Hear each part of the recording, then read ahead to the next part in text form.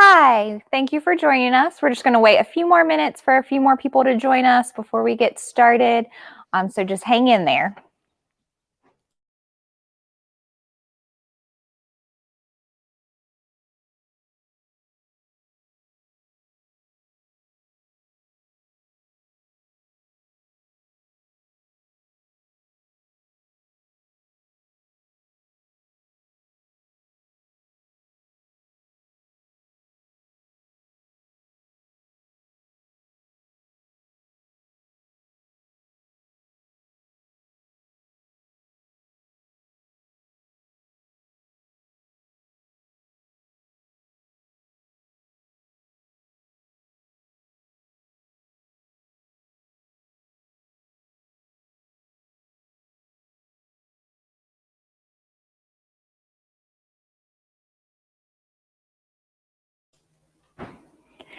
Hi, I'm Olivia Patchell. I'm the Family and Consumer Science Extension Agent for Currituck and Camden counties.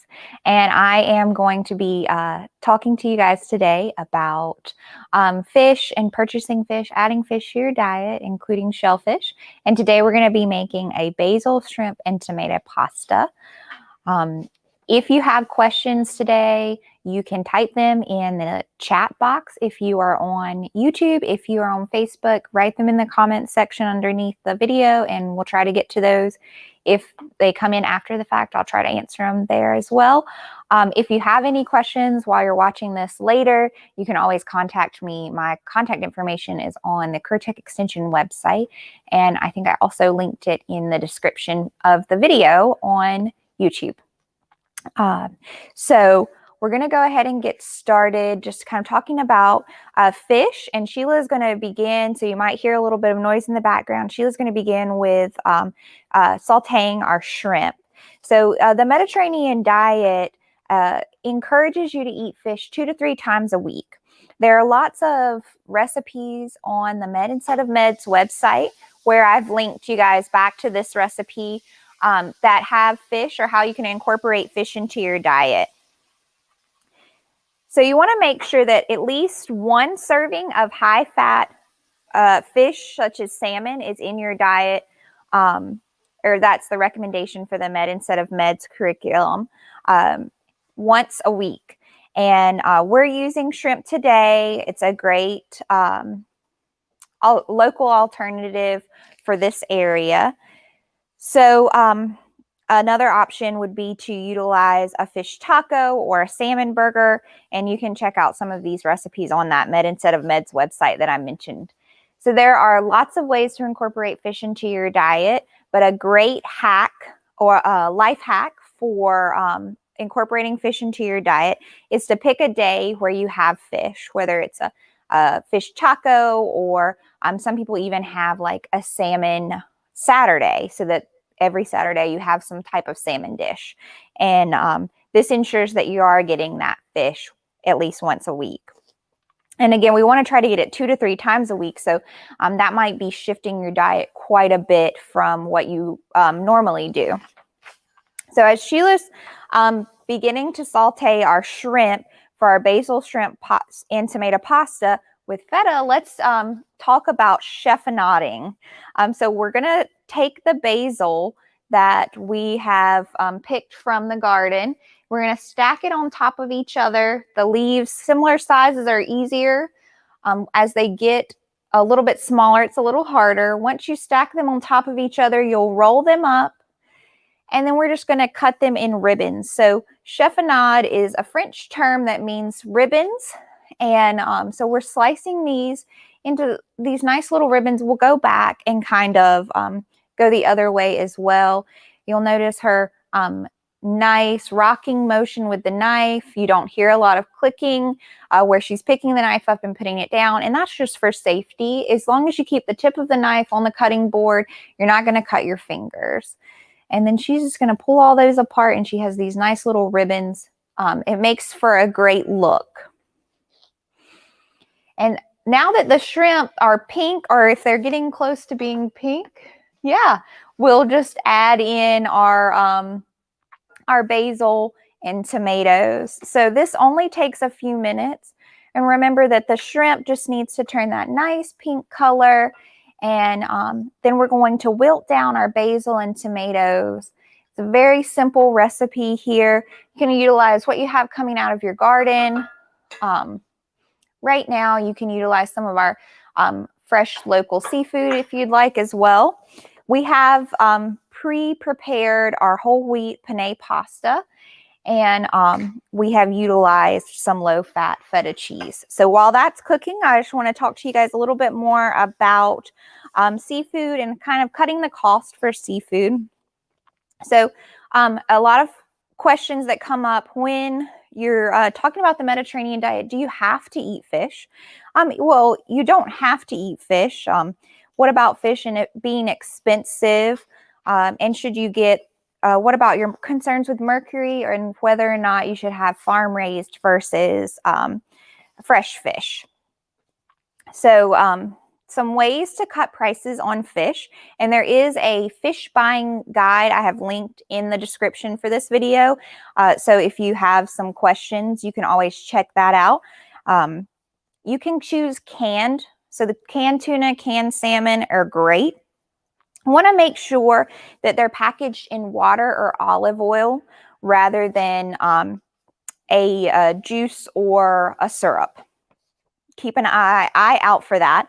Look for the local or in-season seafood. A lot of times when supply is high, of course, price is going to go down. So keep that in mind when you're thinking about planning your meals with that seafood.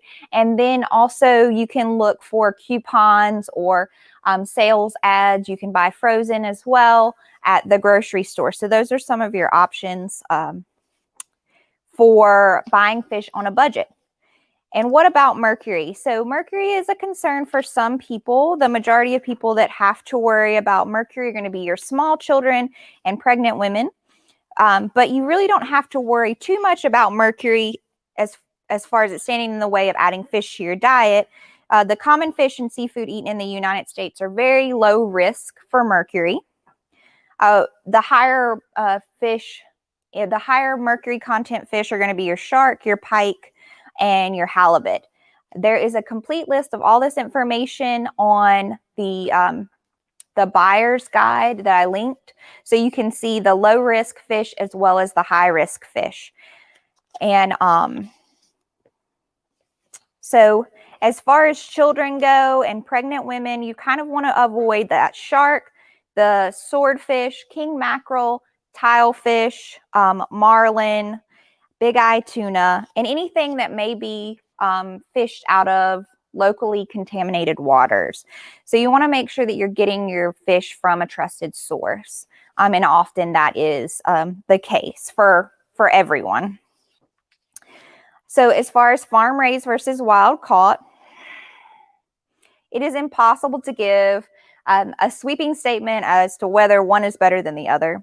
The determination is definitely going to depend on the specifics of the seafood item that is being purchased.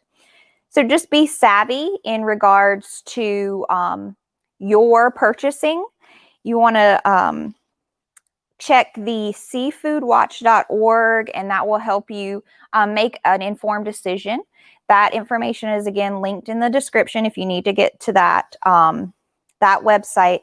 And there can be good and bad farm raised as well as wild caught options. It's just a matter of practices. So make sure that you're informed in your decision making. A couple of other places you can check out other than the Seafood Watch are Seafood Health Facts, fishwatch.gov, and nccgrant.ncsu.edu. Again, all linked in the description. You don't have to commit those to memory. So I think we might be wilted. If we check back with Sheila, we'll go ahead and plate up this delicious recipe. So we are utilizing another aspect of meds instead of meds and going whole grain rather than enriched white pasta. We're using a penne today that we've already cooked al dente prior to preparing it, or prior to preparing this recipe. And then our saute mixture is just going to go directly on top of that. So it's just a very little cook here, 2 minutes of sauteing to wilt the basil down, making sure our shrimp is nice and cooked through, that good pink color. We've already cleaned them. so that they're easy to eat. And you can also utilize even frozen shrimp here as well. And then we're just going to top it with a low-fat feta. And you could, switch that out for any cheese that is your favorite. This is all tossed in a little bit of olive oil to begin with.